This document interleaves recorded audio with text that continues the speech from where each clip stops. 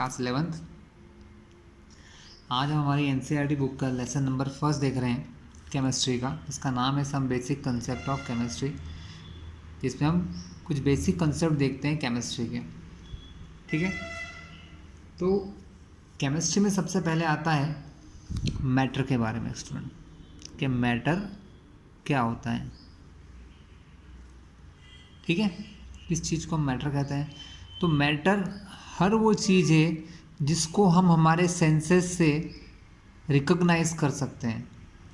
Matter is anything that can be recognise by our senses, but mainly हम इसको क्या मानते हैं? इसको दो चीज़ मानते हैं। मैटर के लिए दो चीज़ें मानी जाती है कि मैटर क्या होता है। Matter has mass. मैटर के अंदर क्या होता है? मैटर के अंदर मास होता है। ठीक है, और दूसरी चीज़, मैटर के अंदर मास के अलावा इट ऑक्यूपाइज स्पेस, मतलब वो कोई ना कोई जगह घेरना चाहिए, वो कोई ना कोई स्पेस लेना चाहिए। जैसे कि ये पेन है, इसका कोई ना कोई वज़न होगा, कोई ना कोई मास होगा। ठीक है, ये थोड़ी जगह घेर रहा है, तो ये एक क्या है? एक मैटर है। ये पेज को देख लीजिए, तो दुनिया की हर वो चीज़ जिसका कोई ना कोई मास होता है, जिसका कोई ना कोई मास होता है और जो कुछ स्पेस ऑक्यूपाई करता है, जो थोड़ी जगह घेरता है, वो दुनिया में क्या कहलाता है? That is the matter. जैसे कि आपको आपके आसपास जो दिखाई देता है, आपका घर दिखाई देते हैं, आपकी ड्रेसेस दिखाई देती हैं, मोबाइल फ़ोन्स दिखाई देते हैं, बुक्स दिखाई देती हैं, पेन्स हैं, नोट हैं, सिक्के, कॉइन्स, ज्वेलरीज, ये सब क्या है? ये सब एक प्रकार के मैटर है। Even air is also a matter. हवा भी एक प्रकार का क्या है? इट इज़ अ मैटर, क्योंकि उसका भी क्या होता है? हवा का, एयर का मास होता है ना। वो स्पेस गेन करती है, स्पेस ऑक्यूपाई करती है, तो एयर भी इवन क्या है? हमारा मास है, सॉरी मैटर है, मास नहीं। तो ये सब हमारे मैटर होते हैं क्लास। तो सबसे बेसिक कंसेप्ट यहीं से होता है। वैसे ही क्लास 9th में पढ़ाया जाता है, बट हम लोग अब 11th से पढ़ रहे हैं, थोड़ा सा रिवाइज करें। ठीक है, चलिए। सो ये अपने को क्लियर हो गया स्टूडेंट कि मैटर क्या होता है। मैटर जिसका कोई मास हो, जो थोड़ा स्पेस घेरता हो, और जिसको हम हमारे सेंसेस के थ्रू रिकॉग्नाइज कर सकते हैं। ये सब चीज़ें जिसमें होती है वो हमारा मैटर होता है। जैसे एयर है, एयर को हम फील कर लेते हैं, जैसे जब हवा चलती है तो उसको फील कर लेते हैं। ठीक है, तो फिज़िकली देखा जाए तो फिज़िकली इसके 3 टाइप होते हैं। सॉलिड के कुछ फॉर्म होते हैं, सॉरी मैटर के कुछ फॉर्म होते हैं। मैटर 3 फॉर्म में मेनली पाया जाता है: सॉलिड, लिक्विड एंड गैस।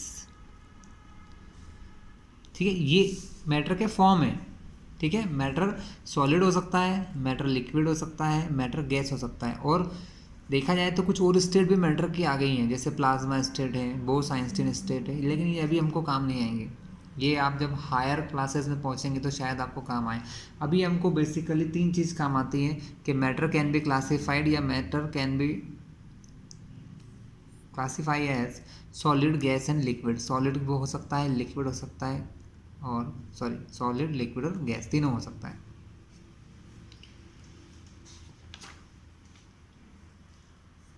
इसके अलावा class according to composition, according to composition matter 2 type का होता है। कंपोजिशन के अकॉर्डिंग हम मैटर के 2 फॉर्म देखते हैं: pure and mixture. Pure substance and mixture, matter के ये 2 और क्लासिफिकेशन है। ठीक है, मैटर कैसा हो सकता है? मैटर प्योर हो सकता है, बिल्कुल। एक हो सकता है मिक्सचर फॉर्म में। ठीक है, अब ये प्योर सब्सटेंस, प्योर सब्सटेंस के भी 2 पार्ट होते हैं क्लास। प्योर सब्सटेंस में एक होता है एलिमेंट,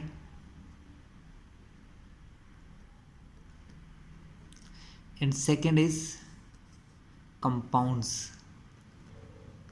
आप सभी ने क्लास 9 10th पास की हुई, आप सभी ने ये नाम सुने होंगे: hydrogen, helium, lithium, boron, carbon, nitrogen, oxygen. ये सब क्या हैं? These all are element.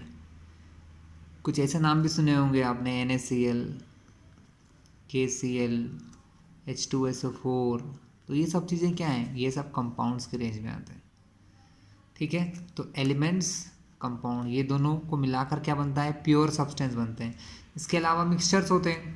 ठीक है, मिक्सचर क्या होता है, मिक्सचर्स मतलब बहुत सारी चीज़ों का एक साथ आ जाना, है ना। जब बहुत सारी चीज़ें एक साथ आ जाती हैं तो एक मिक्सचर का पार्ट बन जाती हैं। हम इसको नेक्स्ट क्लास में या बाद में कभी देखेंगे।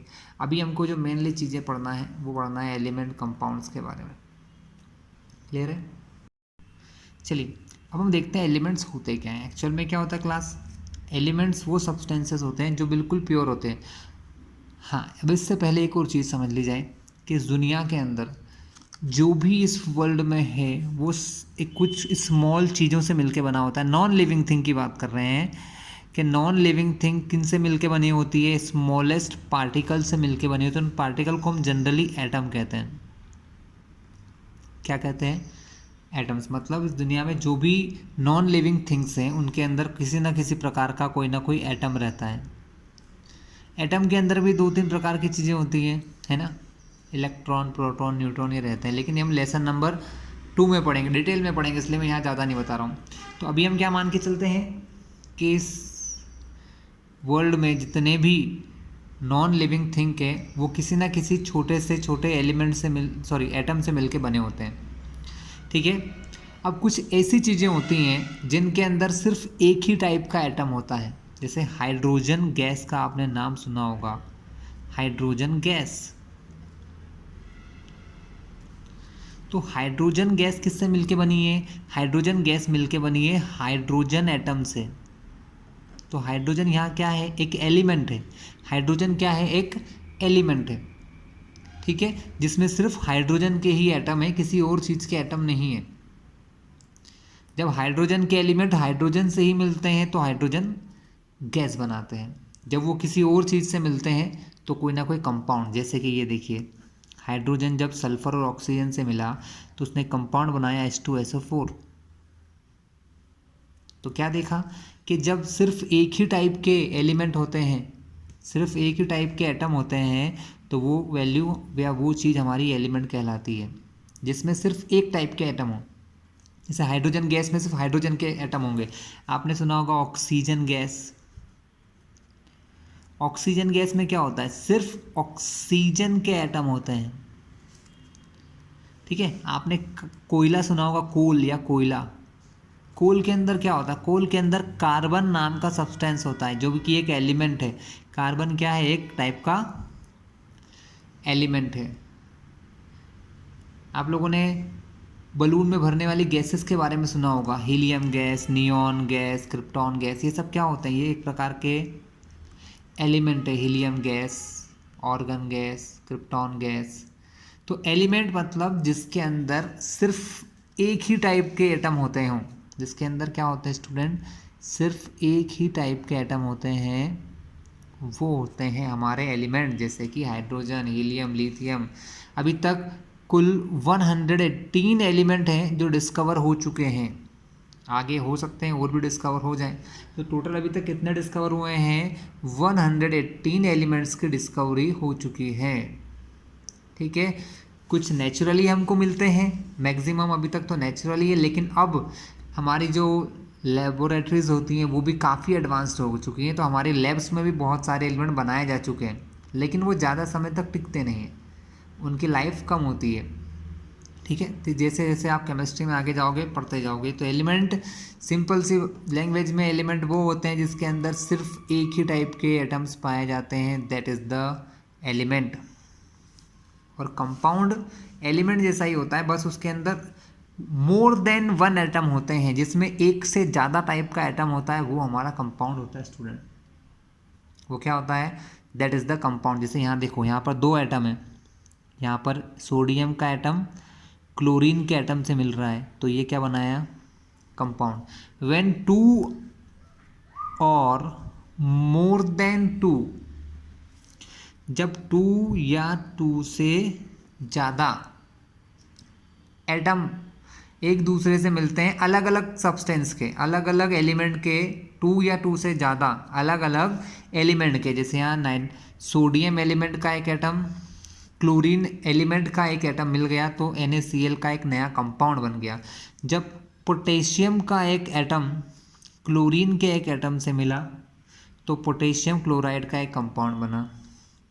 When 2 atom of hydrogen, 1 atom of sulphur and 4 atom of oxygen reacting together, जब ये आपस में रिएक्ट करते हैं तो सल्फ्यूरिक एसिड नाम का ये कंपाउंड बना। ऐसे मिलियंस ऑफ कंपाउंड है जो आज तक डिस्कवर हो चुके हैं स्टूडेंट्स। ठीक है, तो एलिमेंट कंपाउंड में एक ही डिफरेंस है, दोनों ही प्योर सब्सटेंस होते हैं। ठीक है, कंपाउंड के अंदर जो सब्सटेंसेस होते हैं उनके अंदर more than 2 different atoms are present. 2 या 2 से ज़्यादा डिफरेंट टाइप के एटम, अलग अलग एटम। जैसे एलिमेंट में क्या होता है, सारे एटम एक जैसे होते हैं, हाइड्रोजन के एक जैसे सारे एटम, लेकिन कंपाउंड में ये डिफर करते हैं, डिफरेंट डिफरेंट होते हैं, अलग अलग होते हैं। ठीक है, इधर मिक्सचर के भी कुछ टाइप होते हैं, लेकिन हमें यहाँ इतना जानने की ज़रूरत नहीं है, हमारे काम भी नहीं आएगा। मिक्सचर होते हैं हेट्रोजीनियस, होमोजीनियस मिक्सचर्स होते हैं। ठीक है, हमने इतना पढ़ लिया, काफ़ी है। चलिए पेज टर्न करेंगे। अब हम देखें क्लास के मैटर की बहुत सारी प्रॉपर्टीज़ होती हैं। क्या होती हैं? मैटर की बहुत सारी प्रॉपर्टीज़ होती हैं। प्रॉपर्टीज़ मतलब क्या होता है? उनकी विशेषताएं, उनकी कुछ स्पेशलिटी होती हैं, है ना। क्योंकि मैटर को उसकी प्रॉपर्टीज़ के थ्रू जाना जाता है। क्यों जाना जाता है? आप गोल्ड को क्यों पसंद करते हैं? इसलिए कि वो येलो दिखता है? नहीं, इसलिए कि वो शाइनिंग करता है। ठीक है, इसलिए क्योंकि उसमें जंग नहीं लगती है, वो रेजिस्टिव होता है ना, उसको कभी जंग नहीं लगती है। आप किसी गोल्ड को अगर वाटर के अंदर, पानी के अंदर छोड़ दोगे, कुछ समय बाद भी वो वैसा ही रहेगा। लेकिन आपने अगर किसी आयरन के टुकड़े को, किसी लोहे के टुकड़े को अगर छोड़ दोगे तो क्या हो जाएगा? उसके अंदर जंग लग जाएगी। तो इसलिए नहीं है कि गोल्ड चमकीला होता है, चमकीला तो होता ही है, लेकिन साथ में उसकी एक प्रॉपर्टी है कि वो लॉन्ग समय तक अच्छा बना रहता है। तो ऐसी बहुत सारी प्रॉपर्टीज़ होती हैं जिनको हमको मेजर करना होता है। तो मैटर को क्यों जाना जाता है? Matter is known just because of their properties. Matter को उनकी प्रॉपर्टीज़ की वजह से जाना जाता है। प्रॉपर्टीज़ क्या होती हैं? तो प्रॉपर्टीज़ 2 टाइप की होती है स्टूडेंट। एक होती है फिजिकल प्रॉपर्टीज़। फिजिकल प्रॉपर्टीज़ में क्या आता है? Just like their colour, their mass, density, volume, ये सब कैसी क्वांटिटीज़ हैं? ये सब प्रॉपर्टीज़ है फिजिकल प्रॉपर्टीज़। कलर, मास, वॉल्यूम, ठीक है, डेंसिटी, ये सब हो गई हमारी फिजिकल। इसके अलावा केमिकल प्रॉपर्टीज़ भी होती हैं। केमिकल प्रॉपर्टीज़ में क्या आता है? रिएक्शन करना, कि कोई मैटर दूसरे से रिएक्शन कर रहा है या नहीं कर रहा है, इस टाइप से। इट्स नेचर, कैसा नेचर का है, वो एसिडिक है, बेसिक है, ठीक है, ये सब चीज़ें इसकी केमिकल प्रॉपर्टीज़ होती हैं। वो ऑक्सीडेशन रिएक्शन करता है, कॉम्बिनेशन करता है, किस टाइप की रिएक्शंस करता है, ये सब चीज़ें। तो प्रॉपर्टीज़ फिजिकल और केमिकल होती हैं, है ना। फिजिकल प्रॉपर्टीज़ मास, लेंथ, ये सब आ जाता है ना। और केमिकल प्रॉपर्टीज़ में आ गया टाइप ऑफ रिएक्शन, वो कैसे रिएक्शन करता है, वो सब केमिकल प्रॉपर्टीज़ में आता है स्टूडेंट। हम ये थोड़ा शॉर्ट में इसलिए देख रहे हैं क्योंकि ये हमें ज़्यादा यूज़ नहीं आएगा, सिर्फ आपको ये जानना होता है, ज़्यादा इसको याद भी करने की ज़रूरत नहीं है। कर लोगे तो अच्छी बात है, एक नॉलेज के लिए चीज़ें। अब प्रॉपर्टीज़ को मेज़र करने के लिए जो चीज़ें हमें चाहिए होती है ना, हम उसके बारे में यहाँ डिस्कस करेंगे। क्योंकि जब आप कोई कॉम्पिटिटिव एग्ज़ाम देते हैं या कोई क्वेश्चन करते हैं तो आपको सबसे ज़रूरी चीज़ की ज़रूरत होती है, वो है यूनिट। कि किसी फिज़िकल क्वांटिटी को, किसी फिज़िकल प्रॉपर्टीज़ को कैसे मेज़र किया जाता है। अगर आपसे पूछा जाए कि मास को मेज़र करने की यूनिट क्या है, लेंथ को मेज़र करने की यूनिट क्या है, डेंसिटी को कैसे मेज़र किया जाता है, तो इन सब के लिए क्या होती हैं? कुछ फिक्स्ड यूनिट होती हैं क्लास। क्या होती हैं? कुछ फिक्स्ड यूनिट होती हैं। तो हमारे इंटरनेशनल सिस्टम के हिसाब से एक SI यूनिट सिस्टम बना हुआ है। क्या बना हुआ है स्टूडेंट? SI यूनिट सिस्टम बना हुआ है। एक ऑर्गेनाइजेशन जैसे है कोई, वो ऑर्गेनाइजेशन क्या करता है? केमिस्ट्री, फिजिक्स या किसी भी फील्ड में जो यूनिट्स होती हैं उन यूनिट्स को डिफाइन करता है ना, उन यूनिट के बारे में जानकारी देता है, संभालता है, ये सब उनका काम होता है। कोई भी नई फिजिकल चीज़ आती है या केमिकल कुछ आता है या बायोलॉजिकल आता है तो वो उनको डिफाइन करते हैं, उसकी यूनिट को बताते हैं, ये सब काम है। और भी बहुत सारे काम होते हैं इनके। तो एसआई सिस्टम में हम जो यूनिट हमारे यहाँ पढ़ते हैं वो सब एसआई सिस्टम की यूनिट्स पढ़ते हैं स्टूडेंट। किस सिस्टम की यूनिट पढ़ते हैं? एसआई सिस्टम की यूनिट्स पढ़ते हैं। तो देखिए क्वांटिटीज़ जो होती हैं ना वो 2 टाइप की होती हैं। फर्स्ट होती हैं फंडामेंटल क्वांटिटीज़। फंडामेंटल क्वांटिटीज़ जो होती ही हैं, जो जिसके होने से किसी और की डिपेंडेंसी नहीं होती, कि फंडामेंटल क्वांटिटीज़ किसी दूसरी चीज़ पर डिपेंड नहीं करती। किसी बॉडी का मास है वो किसी दूसरी चीज़ पर डिपेंड नहीं करता है। किसी बॉडी की जो लेंथ है वो किसी और वैल्यू पर डिपेंड नहीं करती है। मास लेंथ पे डिपेंड नहीं करता, ना ही लेंथ मास पे डिपेंड करती है। ये दोनों एक दूसरे से फ्री हैं।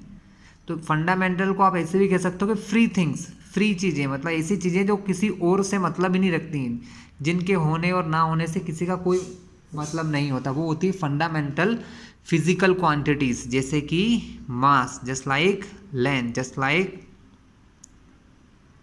टाइम। ठीक है, ये कैसी चीज़ें हैं? फंडामेंटल चीज़ें हैं जो होती ही हैं। जैसे इलेक्ट्रिक चार्ज या इलेक्ट्रिक करंट, इलेक्ट्रिक करंट कहो या इलेक्ट्रिक चार्ज कहो, ये दोनों ही कैसी क्वांटिटी हैं? ये दोनों फंडामेंटल क्वांटिटी होती है क्लास। ठीक है,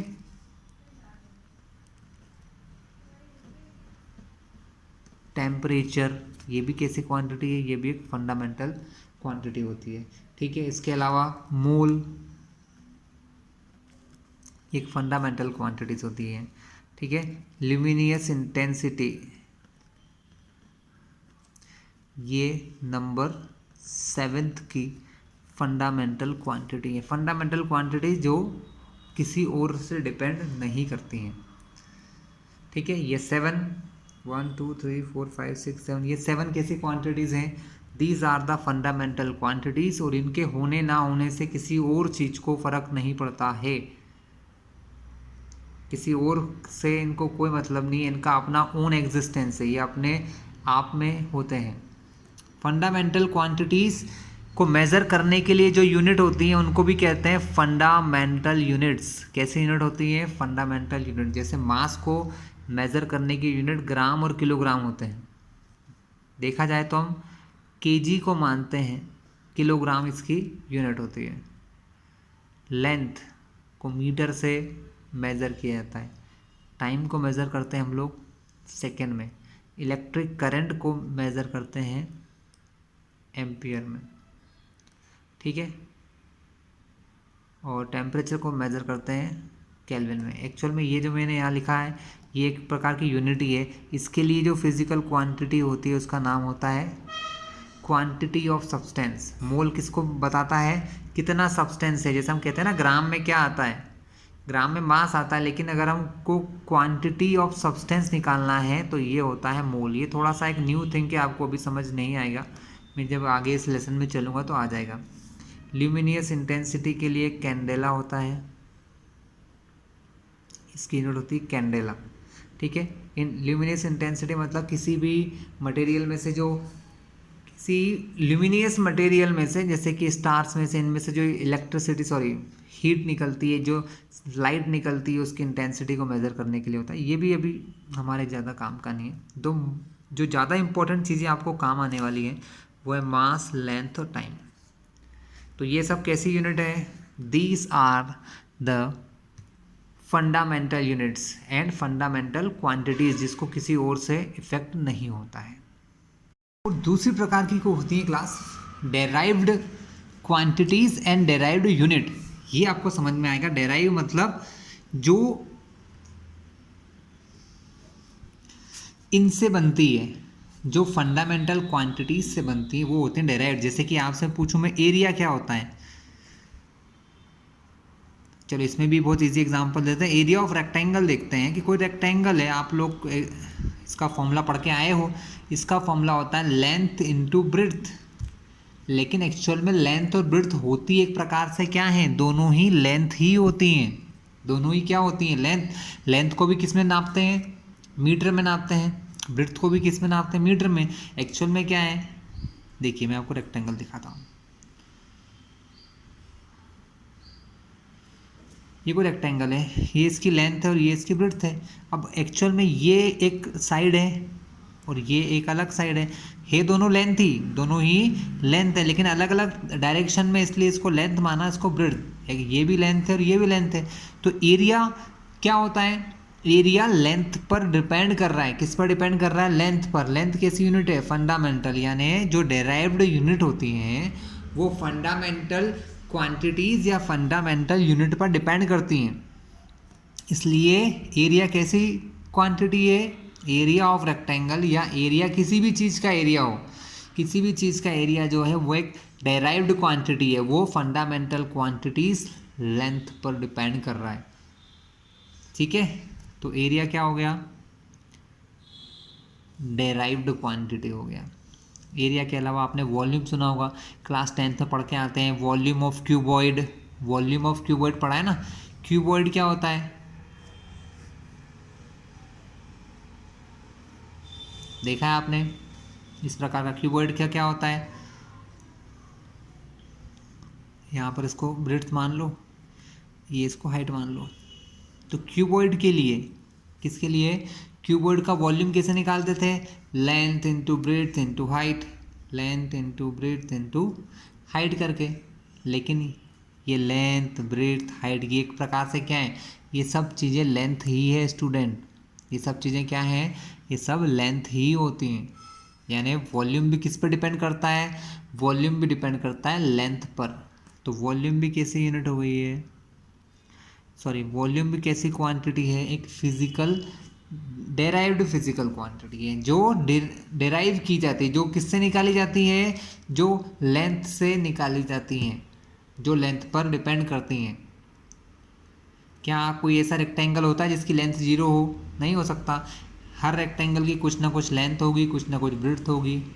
क्या कोई ऐसा क्यूबॉइड हो सकता है जिसकी लेंथ और ब्रेड्थ तो हो, हाइट नहीं हो, नहीं हो सकता है, क्योंकि उसकी कुछ ना कुछ हाइट तो होगी होगी। यानी कंप्लीटली क्या होता है, रेक्टेंगल हो या वॉल्यूम, यानी एरिया हो या वॉल्यूम हो, वो किस पर डिपेंड करता है, that is depend on length, वो डिपेंड करता है लेंथ के ऊपर। ठीक है, तो ये सब फंडामेंटल क्वांटिटीज़ थी, इनसे जुड़ी डेराइव्ड क्वांटिटीज़ की कोई लिमिटेशन नहीं, ढेर सारे डेराइव्ड क्वांटिटीज़ हैं। एरिया हो गया, वॉल्यूम हो गया, डेंसिटी हो गया, ठीक है, वेलोसिटी हो गया, एसिलरेशन हो गया, ऐसे ढेरों, फोर्स हो गया है क्लास, ठीक है, स्ट्रेस स्ट्रेन, ढेरों कई प्रकार की ऐसी क्वांटिटीज़ हैं जो फंडामेंटल क्वांटिटीज़ पे डिपेंड करती हैं। और जो इनकी यूनिट होती हैं, जो डेराइव्ड क्वांटिटीज़ की यूनिट होती हैं वो होती हैं डेराइव्ड यूनिट। जैसे एरिया की यूनिट क्या होती है, देखो लेंथ को मैंने कैसे अभी बताया, लेंथ को मेज़र करते हैं मीटर में, तो लेंथ के लिए क्या हो गया मीटर, इंटू ब्रेड्थ के लिए भी क्या करते हैं मीटर, तो मीटर इंटू मीटर, मीटर का स्क्वायर। तो एरिया की यूनिट क्या हो गई स्टूडेंट, एरिया की एसआई यूनिट हो गई है मीटर स्क्वायर। वॉल्यूम की हो गई मीटर क्यूब। डेंसिटी की क्या होती है, केजी पर लीटर, किलोग्राम पर लीटर या पर मीटर क्यूब, ये दोनों हो सकती हैं। वेलोसिटी क्या होती है, मीटर पर सेकेंड होती है, क्या होती है मीटर पर सेकेंड। तो ऐसी ढेर सारी क्वांटिटीज़ हैं जिनको कहते हैं हम डेराइव्ड क्वांटिटीज़। ठीक है,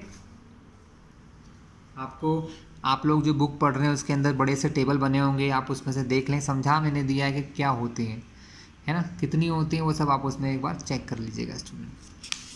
चलिए अब हम कुछ ऐसी चीज़ों के बारे में बात करेंगे जिनको कहते हैं प्रीफिक्सेस। क्या कहते हैं स्टूडेंट, जिनको कहते हैं प्रीफिक्सेस। प्रीफिक्स क्या होते हैं, देखिए साइंस जो है हमारा ये डील करता है छोटी से छोटी चीज़ के साथ और दुनिया की सबसे बड़ी चीज़ों के साथ। जैसे छोटी से छोटी चीज़ मतलब कि एटम और एटम के बीच की कितनी दूरी है, दो एटम के न्यूक्लियस में कितनी दूरी है ना। या फिर हम बात करते हैं बहुत बड़ी बड़ी, सन से अर्थ के बीच की डिस्टेंस, सन से किसी दूसरी गैलेक्सी की डिस्टेंस। तो ये सब चीज़ें अब सब में लेंथ आता है, कुछ मास आता है, तो यूनिट को छोटा या बड़ा करने के लिए जो चीज़ें काम में आती हैं उनको कहते हैं प्रीफिक्सेस। ठीक है, तो प्रीफिक्स क्या होते हैं मैं आपको एग्जांपल के थ्रू समझाऊंगा। आप जानते हैं इस चीज़ को, पहले से जान रहे हैं। आपने ये सुना होगा किलोमीटर, ये भी सुना होगा किलोग्राम, आपने ये भी सुना होगा सेंटीमीटर, आपने ये भी सुना होगा मिली लीटर। तो यहाँ पर कुछ वर्ड ऐसे हैं जो कॉमन है, जैसे आपने किलोमीटर सुना, किलोग्राम सुना, तो ये जो के है इसका मतलब होता है किलो, इसका एक फिक्स्ड मतलब होता है, फिक्स मीन्स है इसका। ये सी मतलब सेंटी है, इसका फिक्स मीन है। ये एम मतलब मिली है, इसका कुछ ना कुछ मीन है। यहाँ पर ये सब चीज़ें यूनिट नहीं है। यूनिट तो आपका मीटर है, यूनिट तो आपका ग्राम है, यूनिट तो आपका मीटर है, यूनिट तो आपका लीटर है। ये सब तो उनको छोटा या बड़ा करने के लिए काम आते हैं, इनको कहते हैं हम प्रीफिक्स। क्या कहते हैं स्टूडेंट? ये हमारे प्रीफिक्स होते हैं जो यूनिट के पहले लगा दिए जाते हैं, जो किसी यूनिट से पहले लगाते हैं। जैसे मीटर से पहले के लगाया तो ये किलोमीटर हो गया। जो क्या करते हैं, इनकी वैल्यूज़ को स्मॉलर या ग्रेटर कर देते हैं। क्या कर देते हैं? इनकी वैल्यू को छोटा या बड़ा कर देते हैं। कैसे करते हैं ये भी बताऊंगा, लेकिन मैं आपको पहले इसका एक टेबल बताना चाहता हूँ। इन प्रीफिक्सेस का एक टेबल बताना चाहता हूँ जो आप ध्यान से देखिए। 2 टाइप के प्रीफिक्स होते हैं स्टूडेंट। एक होते हैं स्मॉलर को ग्रेटर करने वाले और दूसरे होते हैं ग्रेटर को स्मॉलर करने वाले। ठीक है, जैसे कि 10 की पावर 1, 10 की पावर 2, 10 टू द पावर 3। 10 की पावर 1 के लिए एक प्रीफिक्स होता है, 10 की पावर 1 के लिए एक प्रीफिक्स होता है जिसको हम कहते हैं डेका। क्या कहते हैं स्टूडेंट? जिसको डेका कहा जाता है। क्या कहते हैं इसको?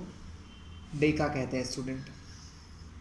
ठीक है, अब इसके लिए इतना बड़ा वर्ड नहीं लिखते हैं, इसको छोटा सा सिंबल लिखते हैं DA। DA मतलब डेका। वो डेका का मतलब ही होता है 10, 10 की पावर 1 यानी 10 मतलब होता है। यानी अगर कहीं पे ऐसा लिखा है DAM, इसका मतलब इसको क्या पढ़ेंगे? डेका मीटर पढ़ेंगे। डेका मीटर मतलब इसका मतलब क्या हो गया? डेका का मतलब हो गया 10।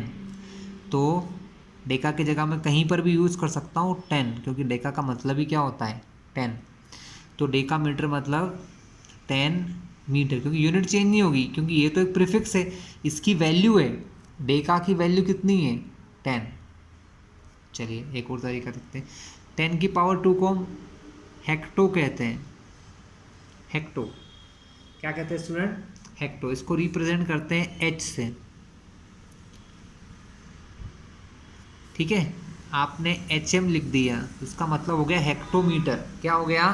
हेक्टोमीटर। अगर कहीं कुछ नहीं लिखा है तो 1 तो लिख ही सकते हैं, इसका मतलब 1 हेक्टोमीटर। हेक्टो का मतलब क्या होता है? 100। तो 1 हेक्टोमीटर बराबर क्या हो जाएगा? 100। यूनिट चेंज नहीं होगी मीटर की, मीटर। मैंने सिर्फ इस हेक्टो की जगह पर इसकी वैल्यू रख दी 100 मीटर। ऐसे ऐसे इनका यूज़ होता है। ये दोनों आपने आज तक कम ही सुने होंगे, लेकिन ये तो सुना ही होगा, किलो। हम बाज़ार जाते हैं तो हम ये नहीं कहते हैं 1 किलोग्राम शुगर दीजिए, हमको तो सीधा कह देते हैं 1 किलो शुगर दीजिए। मतलब किलो इतना फेमस हो चुका है। तो किलो का मतलब होता है 10 की पावर 3, 1000। किलो का मतलब क्या है? 1000। इसको रिप्रेजेंट करते हैं के से। जहाँ पर भी के लगा दिया वो उन चीज़ों को 1000 टाइम बढ़ा देता है। क्या कर देता है? 1000 टाइम बढ़ा देता है। जैसे आपने एक बहुत फेमस रिलेशन पढ़ रखा है, वो आज आपको समझ में आएगा। एक यूनिट क्या है आपकी? ग्राम है। ग्राम के पहले अगर आप के लगा दो तो ये क्या बन जाएगा? किलोग्राम। अगर यहाँ कुछ नहीं है तो यहाँ 1 मान लेते हैं कि 1 किलोग्राम। अब आप सभी को पता होगा 1 किलोग्राम बराबर क्या होता है? 1 किलो बराबर होता है 1000 ग्राम। क्यों होता है पता है? क्योंकि किलो का मतलब क्या होता है? किलो का मतलब होता है 1000। कैसे पता चला? क्योंकि के मतलब किलो, और किलो की पावर जो है वो है 10 की पावर 3। कितना है? 10 की पावर 3 है स्टूडेंट। अगर 10 की पावर 3 मतलब 10 का अगर 3 टाइम्स आप मल्टीप्लाई करोगे ना तो आएगा 10 × 10 100 इन दोनों का मल्टीप्लाई किया 100 आया, इसमें फिर 10 का करोगे तो 1000 आ जाएगा, यानी किलो का मतलब होता है 1000। तो जहाँ के लगाया, के को हटाऊंगा तो के की वैल्यू रख दूंगा, के की वैल्यू कितनी है 1000। इसीलिए आप सभी ने आज तक बचपन से पढ़ा है कि 1 किलोग्राम बराबर होता है 1000 ग्राम। क्या होता है 1000 ग्राम। आया समझ में। तो ये इनके यूजेस होते हैं स्टूडेंट, इस प्रकार से इनको यूज़ किया जाता है। मैंने 2-3 एग्जाम्पल आपको दे दिए हैं, बाकी सब एग्जाम्पल ऐसे ही होते हैं। इसके अलावा एक होता है मेगा। मेगा को रिप्रेजेंट करते हैं कैपिटल एम से। इसका मतलब होता है 10 की पावर 6 यानी 10 लाख, है ना, 10 लाख। ठीक है। मेगा के अलावा गीगा होता है। गीगा को रिप्रेजेंट करते हैं कैपिटल जी से, जो होता है 10 की पावर 9। इसके अलावा होता है टेरा। टेरा जिसको रिप्रेजेंट करते हैं टी से, जो होता है 10 की पावर 12। ठीक है। इसके अलावा और क्या होता है, इसके अलावा देखो तो स्टूडेंट बहुत सारे होते हैं, लेकिन हमको यहाँ तक भी काम आ जाता है। इसके अलावा एक और बता देता हूँ, 10 की पावर 15 के लिए क्या होता है। 10 की पावर 15 के लिए होता है पेटा, जिसको रिप्रेजेंट करते हैं कैपिटल पी से, जो होता है 10 की पावर 15। ये सब हमारे छोटी चीज़ों को बड़ा बनाने के थे, है ना। जिसके भी आगे लगो, ग्राम के आगे के लगा दिया वो 1000 हो गया, 1000 गुना हो गया। अगर ये लगा देंगे तो और बड़े हो जाएंगे। ठीक है। अब हम कुछ छोटी यूनिट्स भी देखने वाले हैं, जिसको रखने पर छोटे हो जाते हैं, है ना, प्रीफिक्स रखने से वो स्मॉलर या छोटे हो जाते हैं। Now smaller prefixes, 10 to the power -1, 10 to the power -2, 10 to the power -3। Class इनके नेम्स होते हैं। जैसे इसका नाम होता है डेसी, 10 की पावर -1 को हम डेसी कहते हैं, और रिप्रेजेंट करते हैं स्मॉल डी से। कहीं पर भी ऐसा लिखा है स्मॉल डी विथ एम, तो इसका मतलब है डेसी मीटर। क्या होता है स्टूडेंट, इसका मतलब डेसी मीटर होता है। 10 to the power -2 को हम कहते हैं senti, represented by small C. बहुत बार आपने देखा होगा सेंटीमीटर, ठीक है ना। 10 to the power -3 को हम कहते हैं मिली, इसको रिप्रेजेंट करते हैं स्मॉल एम से। ये ज़्यादातर आपको लीटर के साथ देखने को मिलेगा, मिली लीटर या मिली मीटर। ठीक है स्टूडेंट। इसके अलावा 10 to the power -6 भी होता है, इसको कहते हैं माइक्रो। जैसे मेगा था 10 की पावर +6, 10 की पावर -6 को माइक्रो कहते हैं। इसको रिप्रेजेंट करते हैं एक लेटर म्यू से, म्यू एम, माइक्रोमीटर, है ना। माइक्रो सेकेंड, माइक्रो सेकेंड बहुत बारी यूनिट काम में आती है आपको। क्वेश्चन में सिंपलर यूनिट कम ही देते हैं, इस प्रकार की प्रीफिक्स वाली यूनिट ही ज़्यादा दी जाती है। ठीक है। इसके अलावा एक important part, 10 to the power -9 को कहते हैं nano, represented by small N, जैसे नैनो मीटर। ठीक है स्टूडेंट। इसके अलावा पिको होता है 10 to the power -12, उसको रिप्रेजेंट करते हैं स्मॉल पी से। ठीक है। पिको के बाद आता है फेम्टो, जो होता है 10 to the power -15, जिसको रिप्रेजेंट करते हैं स्मॉल एफ से। ठीक क्लास। तो ये कुछ चीज़ें थी जो हम देख चुके हैं। इनके यूजेस भी आपको मैंने पहले बताया, कुछ और चीज़ें समझा देता हूँ इनके यूजेस कैसे होते हैं, है ना। कन्वर्ट करने को आता है आपको, convert 10 micrometre into metre. 10 micrometre को मीटर में चेंज करो। ऐसा करने को नहीं आएगा, लेकिन क्वेश्चन में ऐसा करने की ज़रूरत पड़ेगी आपको, ये ध्यान रखिएगा। ऐसा कोई क्वेश्चन नहीं आएगा, लेकिन क्वेश्चन ऐसे आएंगे, आपको वैल्यू दी जाएगी कि माइक्रोमीटर में ये दिया है और आंसर फाइंड कीजिए मीटर में, तब आपको इसको इसमें कन्वर्ट करना आना चाहिए। तो क्लास बहुत ईजी सा काम है। ये जो माइक्रो है ना, इसकी वैल्यू याद कर लो। माइक्रो की वैल्यू कितनी है?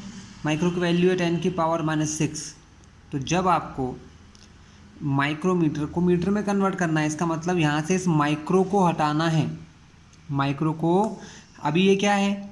माइक्रोमीटर है। अगर माइक्रो को हटा दोगे तो आंसर किस में आ जाएगा? मीटर में। ये लिखा है 10 माइक्रोमीटर। अगर इस माइक्रो की वैल्यू में रख दूंगा तो ये क्या बन जाएगा? मीटर बन जाएगा। तो हो गया काम खत्म। 10 माइक्रो की वैल्यू कितनी होती है? 10⁻⁻⁶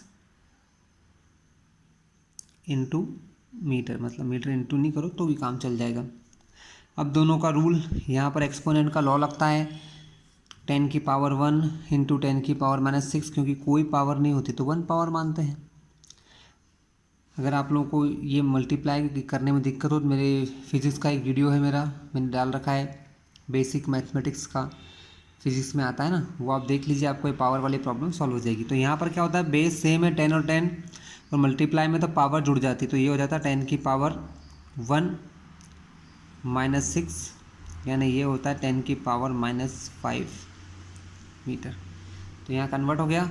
10 माइक्रोमीटर का मतलब हो गया 10⁻⁻5 मीटर। और एक चीज़, कोई चीज़ अगर किसी नंबर पर पावर माइनस में है, इसका मतलब वो अगर ऊपर से नीचे आएगा तो माइनस से प्लस में बन जाएगा, यानी ये हो जाएगा 1/10⁻5 मीटर। चाहो तो, नहीं तो इतने का भी आंसर सही आ जाएगा। तो इस तरीके से कन्वर्जन होता है स्टूडेंट्स, ठीक है। एक एग्जांपल और समझा देता हूँ आपको मैं।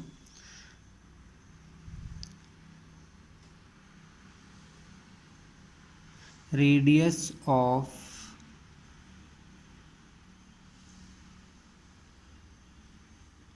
फर्स्ट ऑर्बिट ऑफ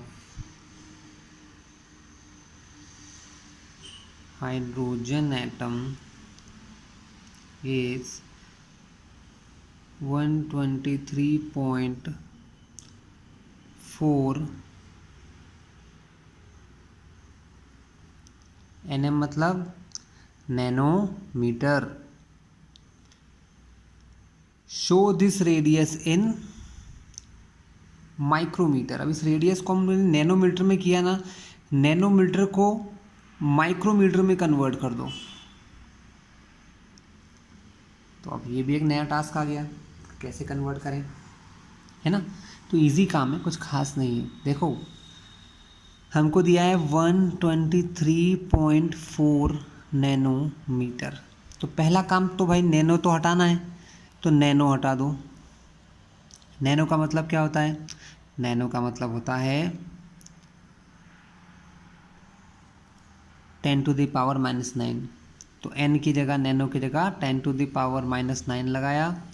मीटर तो रहेगा क्योंकि हमको चेंज करना है माइक्रोमीटर में, नैनो से माइक्रोमीटर में चेंज करना है, ठीक है। तो पहले तो नैनो को हटाया, फिर माइक्रो को लगाएंगे, ये हट चुका है, ठीक है। माइक्रो का मतलब क्या होता है? माइक्रो का मतलब होता है 10⁻⁻⁶। अगर कहीं 10⁻⁻⁶ लिखा है, क्या लिखा है स्टूडेंट? अगर कहीं पर 10⁻⁻⁶ लिखा हुआ है तो उसको हम क्या लिखते हैं? माइक्रो लिखते हैं। तो यहाँ पर देखो, यहाँ पर लिखा 10⁻⁹। तो स्टूडेंट यहाँ पर एक छोटा सा काम मैं आपको बताऊंगा, वो थोड़ा सा ध्यान से करना पड़ता है। इस 10 की पावर ध्यान से देखिए, यहाँ पर हमारा क्या हुआ था? मल्टीप्लाई था तो पावर जुड़ गई थी, है ना। तो यही काम को मैं उल्टे तरीके से करूँगा। मुझे चाहिए 10⁻⁻⁶। कितना चाहिए? 10⁻⁻⁶। क्यों चाहिए? जस्ट बिकॉज माइक्रो में आंसर चाहिए, माइक्रोमीटर में आंसर लाना है, इसलिए। तो मैंने क्या किया, इसको ऐसे लिखा 10⁻³ इंटू 10⁻⁻⁶। देखो आंसर था 10⁻⁹। अब देखो ये आंसर वही है, दोनों नंबर मल्टीप्लाई में है तो पावर जुड़ जाएंगी, पावर 3 और 6 है, माइनस माइनस प्लस, 3 और 6 9, वही आंसर आ जाएगा। लेकिन इसका फ़ायदा क्या होगा कि इस वैल्यू को मैं लिख लूँगा माइक्रोमीटर, क्योंकि 10⁻6 का मतलब होता है माइक्रो, इसलिए मेरा आंसर आ गया माइक्रोमीटर में। अब इनको सॉल्व करना है। अब यहाँ चाहो तो आंसर पावर में ही रहने दो, या चाहो तो पावर को कैंसिलिंग कर लो। ठीक है, पावर अगर माइनस में होती है स्टूडेंट, अगर पावर माइनस में दी हुई है और पावर को हटाते हो, पावर अगर आपको किस में दी है स्टूडेंट, पावर दी है आपको माइनस में, और आप इस पावर को हटाना चाहते हैं तो पॉइंट इस तरफ जाता है जितनी पावर लगी है। तो पावर कितनी लगी है यहाँ पर 3 है ना, माइनस में है इसलिए इस तरफ जाएगा, प्लस में होता तो पॉइंट इस तरफ जाता, तो माइनस में इसलिए पॉइंट यहाँ से यहाँ आ जाएगा। तो आंसर हो जाएगा 0.1234 माइक्रोमीटर। तो यही तरीके से कन्वर्जन आएंगे क्लास, बाकी फिर जहाँ जहाँ क्वेश्चन आएंगे हम लोग करते रहेंगे आगे की वीडियो में। ठीक है, तो ये था हमारा केमिस्ट्री का फर्स्ट वीडियो, बेसिक था, थोड़ा सा मैंने फास्ट भी पढ़ाया है ना। नेक्स्ट वीडियो में हम देखेंगे बेसिक कॉन्सेप्ट्स के बारे में।